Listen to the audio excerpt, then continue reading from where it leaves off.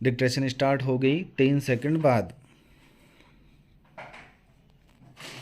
Start.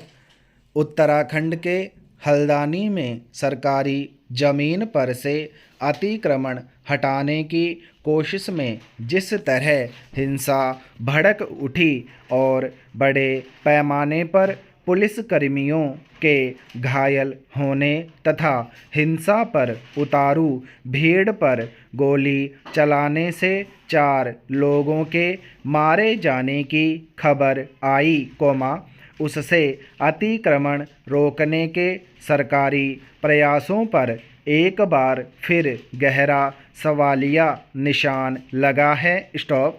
गौरतलब है कि हल्द्वानी के एक इलाके में सरकारी भूखंड पर कथित रूप से कब्जा कर मजार और मदरसा बना लिया गया था। स्टॉप। उसे हटाने के लिए पुलिस और नगर निगम के कर्मचारी वहां पहुंचे तो स्थानीय लोग उग्र हो उठे और पुलिस पर पथराव करना शुरू कर दिया। स्टॉप।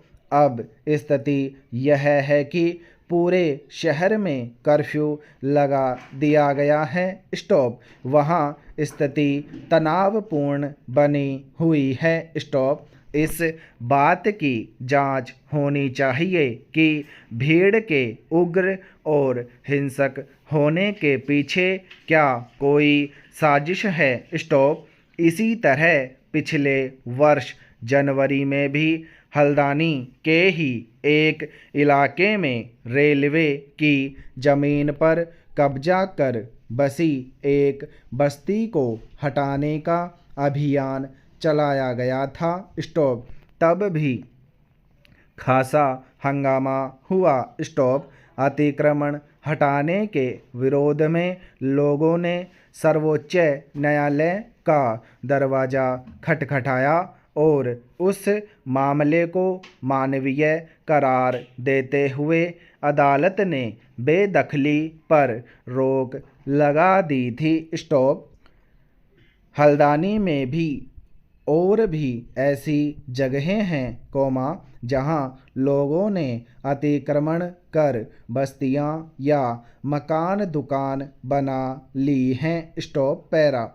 पिछले वर्ष भी वन विभाग, रेलवे और राजस्व विभाग के भूखंडों पर से अवैध कब्जा हटाने का अभियान चलाया गया था। स्टॉप। पता चला कि कई जगहों पर भूमाफिया ने 100 और 500 रुपए के स्टाम्प पर लोगों को सरकारी ज़मीन बेच दी थी। स्टॉप। उन पर लोग घर बनाकर रह रहे हैं। स्टॉप। उनमें से ज़्यादातर स्थानीय निवासी नहीं हैं। स्टॉप। वे वहाँ मजदूरी वगैरह करने के लिए गए थे। स्टॉप। इस बात से इनकार नहीं किया जा सकता कि सरकारी भूखंड पर किसी को अवैध रूप से कब्जा कर रिहाइश या कोई कारोबारी भवन बनाने की इजाज़त नहीं दी जा सकती। स्टॉप। मगर यह सवाल अपनी जगह है कि प्रशासन और सरकार को तभी ऐसी जगहों को खाली कराने की सुध क्यों आती है, जब लोग वहां बस्तियां बसा चुके होते हैं। स्टॉप। देश का शायद ही कोई ऐसा शहर हो, जहां अवैध रूप से कायम की गई बस्तियां आबाद न हों। स्टॉप। ये बस्तियां कोई एक दिन में या रातों रात तो बस नहीं जाती। स्टॉप। कहीं कहीं तो लोग दावे करते हैं कि वे 50-50 वर्ष से रह रहे हैं। स्टॉप। पैरा। सरकारी भूखंडों पर कब्जे की प्रवृत्ति पुरानी और उजागर हैं। स्टॉप। इसके पीछे सक्रिय लोग भी करीब करीब पहचाने हुए होते हैं। स्टॉप। सरकारी अमले और भूमाफिया के बीच गठजोड़ के जरिए अतिक्रमण कराया जाता है। स्टॉप।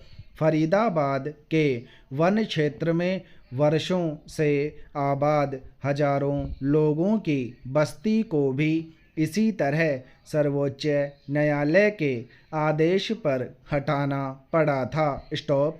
ऐसे मामलों में ठगे और मारे जाते हैं, वे गरीब लोग, जिन्हें धोखे में रखकर भूमाफिया कम कीमत पर ज़मीन बेच देते हैं। स्टॉप।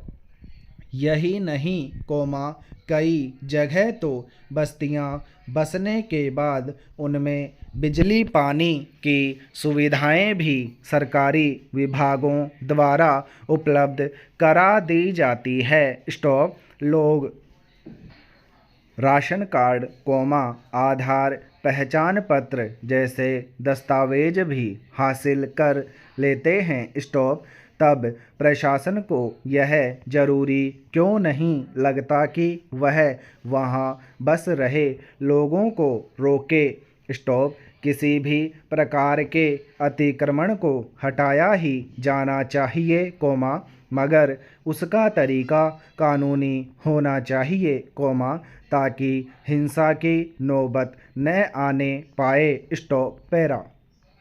हाल ही में मध्य प्रदेश के हरदा में एक पटाखा फैक्ट्री में आग लगने से 11 लोगों की मौत और करीब 250 लोगों के घायल होने की खबर आई। स्टॉप।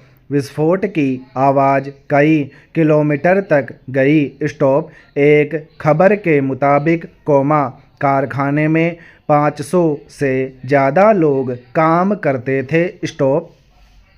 यानी यह कारखाना काफ़ी बड़ा था। स्टॉप। हमारे देश में पटाखा व्यवसाय लगातार बढ़ रहा है। स्टॉप। पहले पटाखों का संबंध दिवाली के साथ ही ज़्यादा होता था। स्टॉप। अब तो शादी, जन्मदिन, नए साल का जश्न, चुनावी परिणाम और क्रिकेट मैच आदि के परिणामों पर भी लोग बहुतायत से पटाखों का इस्तेमाल करते हैं। स्टॉप। कई बार ऐसी घटनाएं होती हैं कि छोटे बच्चों या कभी कभी बड़े भी पटाखे चलाते समय दुर्घटना का शिकार हो जाते हैं। स्टॉप। ऐसी स्थिति में गंभीरता से विचार करने की ज़रूरत है कि हम पटाखों के इस्तेमाल पर खुद ही रोक लगाएं। स्टॉप। आमतौर पर हम देखते हैं कि दिवाली के तुरंत बाद ही पटाखों के कारण प्रदूषण बढ़ जाता है। अब भी समय है कि सरकार और समाज, दोनों ही पटाखों के जोखिम और पर्यावरणीय नुकसान पर नियंत्रण करने के लिए संज्ञान लें। Stop para. मुंबई में फेसबुक पर सीधे प्रसारण के दौरान शिवसेना के एक पूर्व विधायक के बेटे की जिस तरह गोली मारकर हत्या कर दी गई, वह अपने आप में एक दहला देने वाली घटना है। स्टॉप। इसमें हत्या करने वाले व्यवसायी ने खुद को भी गोली मारकर खुदकुशी कर ली। स्टॉप। इसलिए यह मामला बेहद उलझ गया लगता है। स्टॉप। हालांकि, शुरुआती जांच के मुताबिक दोनों में लंबे समय से निजी दुश्मनी थी और इसी प्रतिद्वंद्विता में उनके बीच पहले भी टकराव हो चुके थे, मगर वह एक दूसरे के लिए परेशानी पैदा करने तक सीमित था। स्टॉप। कुछ समय पहले दोनों के बीच सुलह हो गई थी और उन्होंने अपने इलाके के हित के लिए मिलकर काम करने की घोषणा की थी। स्टॉप। मगर ताज़ा घटना से यह साफ है कि पहले की दुश्मनी इस हद तक थी और उसकी जड़ें इतनी गहरी थीं कि फेसबुक पर बातचीत के सीधे प्रसारण के दौरान हत्या की यह त्रासद घटना हुई। समाप्त।